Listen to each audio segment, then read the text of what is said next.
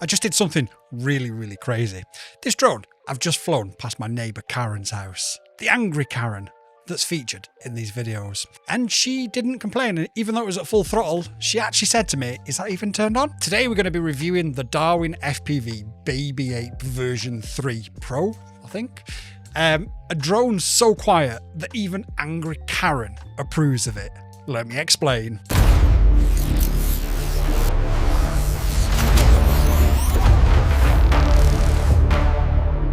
What's up, everybody? So if you're tired of an FPV drone that sounds like a swarm of angry bees, this might be something that you're interested in. Today we're looking at one of the cheapest possible ways into FPV. Now, some of you are going to say, whoa, hold on a second, Quads.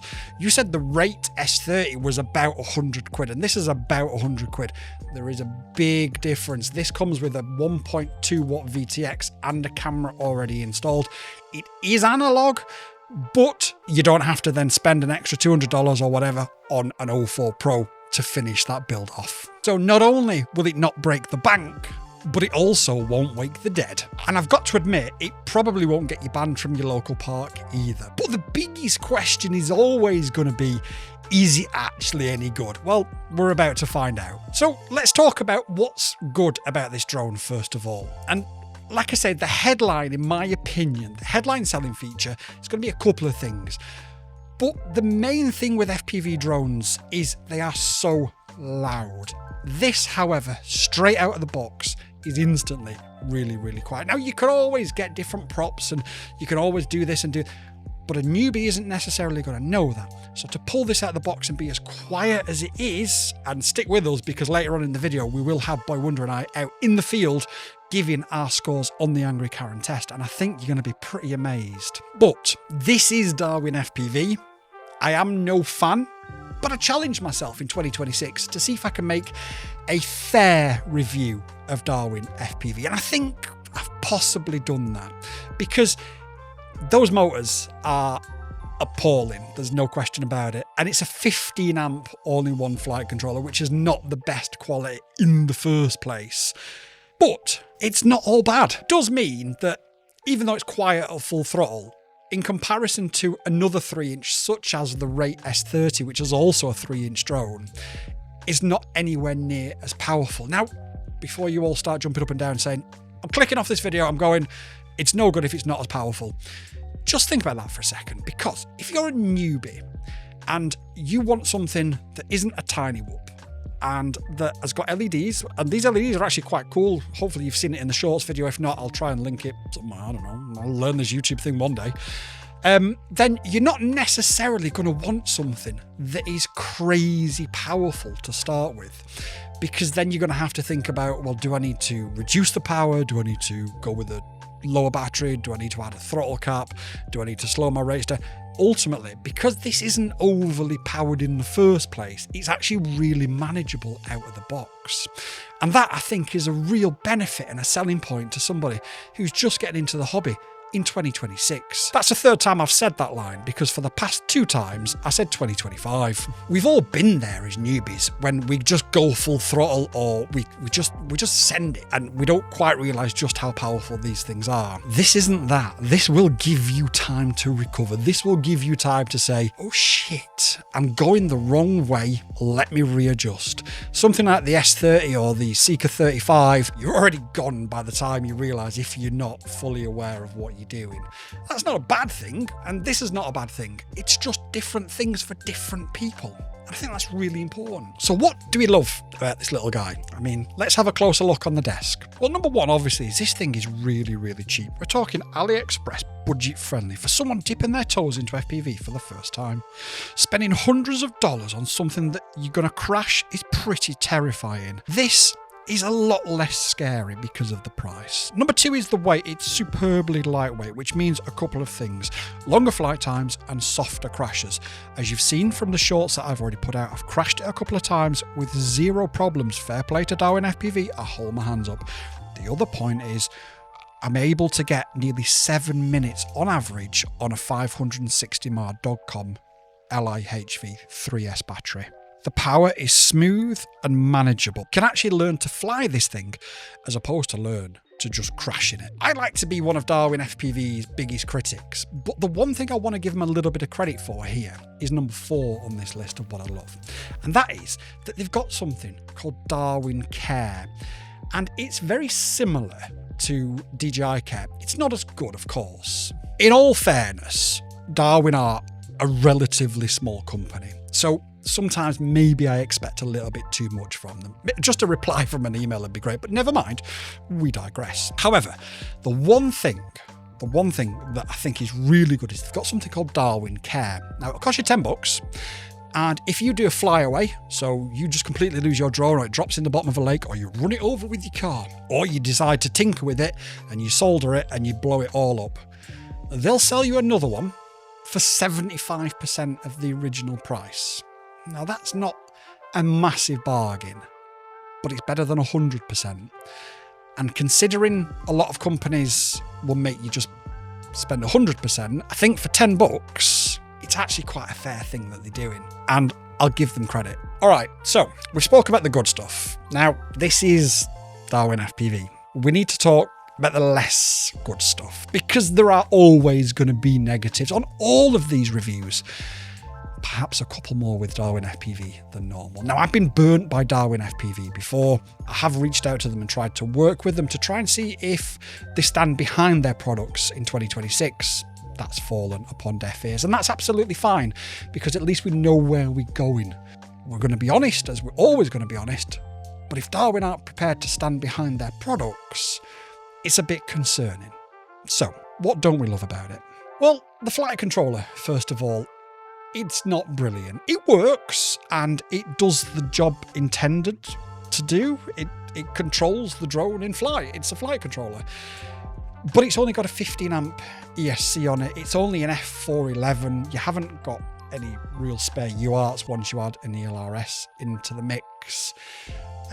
So there isn't really a lot of headroom to upgrade with the hardware that it's got in it currently.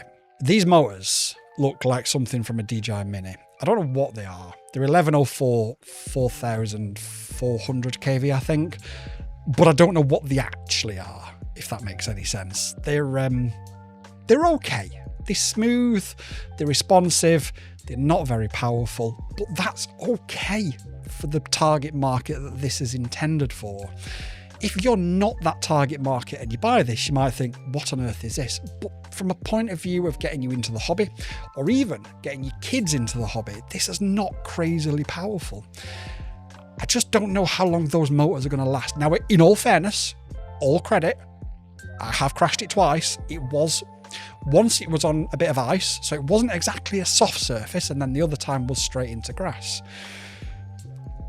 One of the crashes, should I say, wasn't actually my fault. It was because of the fact that the lipo is held on with a rubber band. Now, I can change that for a strap, but I always like to fly it as it comes.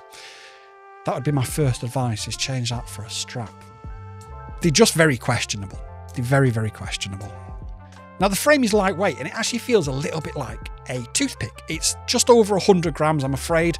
UK flyers and Japanese flyers, I'm afraid it doesn't come in at under 100 grams with a lipo. This is a 550 mAh lipo and it comes in at about 115 grams. So if you went to say something like a 300 mAh, you may be able to get under that 100 gram limit. Now, it flies for about 7 minutes with this battery, so you should be able to get a good 3.5 minutes with a smaller cell. That may be something that I try in the future. And I've got to be honest with you, the reputation of DarwinFPV. I worked very closely with a UK retailer last year, and they told me one of the biggest problems they had was when they sold a DarwinFPV quad. They had so many returns, more returns than with any other company. Now, we shouldn't dwell too much on past reputations, I agree, but we have also got to look at the facts. You guys are spending your hard-earned money on these things. I mean, to be fair, I spent my money on this, but the point is, I have to be brutally honest, because I cannot, in all good faith, even if a product is sent to me for free, if there is a problem with it, say to you guys, go and buy it and spend your hard-earned money on it. And that's why a lot of manufacturers won't actually work with us as a channel, because if there is a problem, we'll always point it out no matter how small. And they don't like it, and that's fine. We'll just use our own money and we'll fund the videos that way, and hopefully that will foster the biggest community out there, because we are so honest. But you're spending your hard-earned money on these things, and I have to be completely honest, DarwinFPV don't have the best reputation. I did a few live streams last year, and I did have a guy come in and say, I've got a problem, I've updated Betaflight on my flight controller, and now it's just completely dead. And I thought, that's really weird. And then I remembered the DarwinFPV that I reviewed last year, which completely wouldn't work after, I think, 1 or 2 flights. And then we took it to the cooling towers with only drones, and it wouldn't even arm.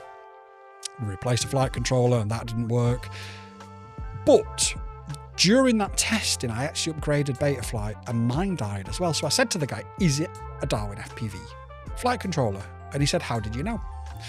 So if you have one of these, the biggest advice I can give you is don't upgrade Betaflight.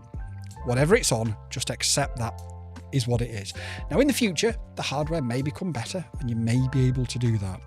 But all I'm saying is buy it based upon that knowledge, because don't think you're going to be able to put 4.6 on this board, because although you should be able to do, I know, the retailer knows, and the person who left a comment in one of my live streams knows, try and update this to a newer version, and quite often it will cause you all sorts of problems. But that's DarwinFPV's reputation in the past. And I'm not reviewing DarwinFPV, I'm reviewing the Baby 8 version 3. And I can only tell you what I can see from this drone.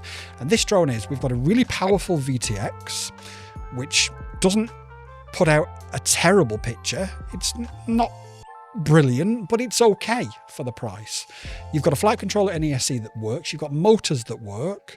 You've got those LEDs on the arm. When you go to full power, it makes the back props look orange and the front ones look green. It looks really cool in the air, and it's really good to learn with, but your mileage may vary. Just bear that in mind. So with all that said, who is this for? Well, if you're brand new to FPV in 2026 and you're thinking of dipping your toes in the water, but you don't necessarily want to spend $300 on an 04 Pro drone and then $500 on a set of goggles and $200 on a controller before you've even got in the air, this could be a viable, cheap alternative to at least get you in the air and to know whether or not it's worth you continuing in the hobby without too much financial risk. If you live in areas where there are lots of angry Karens who don't like a lot of noise, or you fly in parks where people can get a little bit finicky about flying drones, I've flown this now for about a week in total, and I've had 0 problems.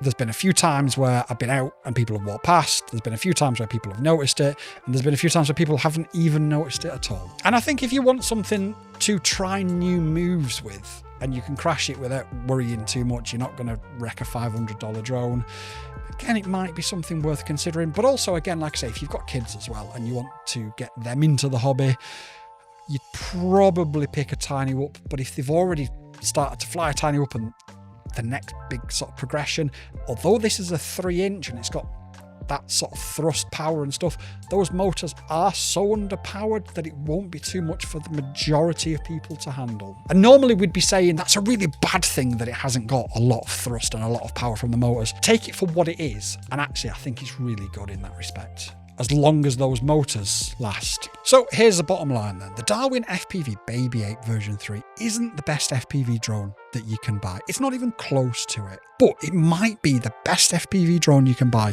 for the price when you're starting out. Yes, the components are budget. Yes, you're going to outgrow it. And yes, DarwinFPV does have a bit of a mixed reputation, but for learning the basics of flying in noise restricted areas, and for not breaking the bank or your heart when you actually crash this thing, it certainly ticks those boxes. Plus, and I can't stress this enough, if angry Karen doesn't think it's too noisy, you can get away with flying anywhere legally.